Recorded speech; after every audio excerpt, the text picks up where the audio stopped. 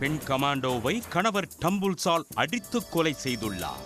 வரதட்சணை கொடுமையில் நடந்த கொலையின் பின்னணி என்ன? ஹரியானா மாநிலத்தைச் சேர்ந்தவர்கள் காஜல் சௌத்ரி, அங்கூர். காஜல் சௌத்ரி 2022ஆம் ஆண்டு டெல்லியில் ஸ்பெஷல் வெப்பன்ஸ் அண்ட் டாக்டிக்ஸ் பிரிவில் கமாண்டோவாக பணிக்குச் சேர்ந்தார்.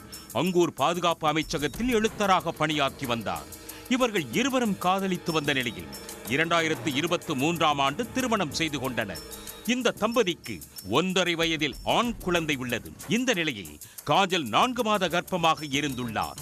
தென்மேற்கு டெல்லியின் மோகன் கார்டன் பகுதியில் இந்த தம்பதி வசித்து வந்தனர். காதல் திருமணம் செய்த காஜல் சௌத்ரிக்கு அவரது மாமியார் மற்றும் நாத்தனார் உள்ளிட்ட குடும்பத்தினரால் வரதட்சணை கொடுமை இருந்து வந்துள்ளது. மேலும் குடும்பத்தின் நிதி நிலைமையை சமாளிப்பதில் தம்பதிகள் இடையே அடிக்கடி தகராறும் ஏற்பட்டு வந்துள்ளது. காஜல் வீட்டில் இருந்து பணம் வாங்கி வருமாறு அங்கூர் கட்டாயப்படுத்தி வந்ததாக கூறப்படுகிறது. கடந்த 2022ஆம் தேதி தம்பதியிடையே மீண்டும் தகராறு ஏற்பட்டுள்ளது. அப்போது டெல்லி போலீசில் காவலராக உள்ள தனது சகோதரர் நிகிலுக்கு போன் செய்துள்ளார்.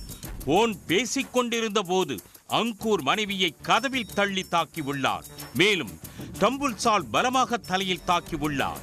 இதில் பலத்த காயமடைந்த காஜல் சௌத்ரி இரத்த வெள்ளத்தில் மயங்கி விழுந்துள்ளார். அவரை அருகில் உள்ள மருத்துவமனைக்கு கொண்டு சென்று சேர்த்தனர். அவருக்கு அங்கு தீவிர சிகிச்சை அளிக்கப்பட்ட நிலையில் பின்னர் காசியாபாத் மருத்துவமனைக்கு மாற்றப்பட்டார். அங்கு சிகிச்சை பெற்று வந்த நிலையில் 5 நாட்களுக்கு பிறகு சிகிச்சை பலனின்றி அவர் உயிரிழந்தார். இது தொடர்பாக நிகில் மோகன் கார்டன் காவல் நிலையத்தில் புகார் அளித்தார்.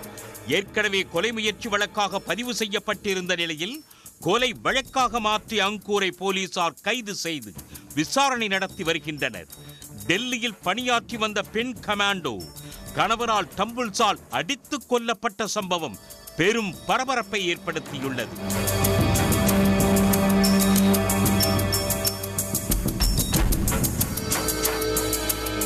உடனுக்குடன் செய்திகளை தெரிந்து கொள்ள சன் நியூஸ் பெல் ஐகானை கிளிக் பண்ணுங்க.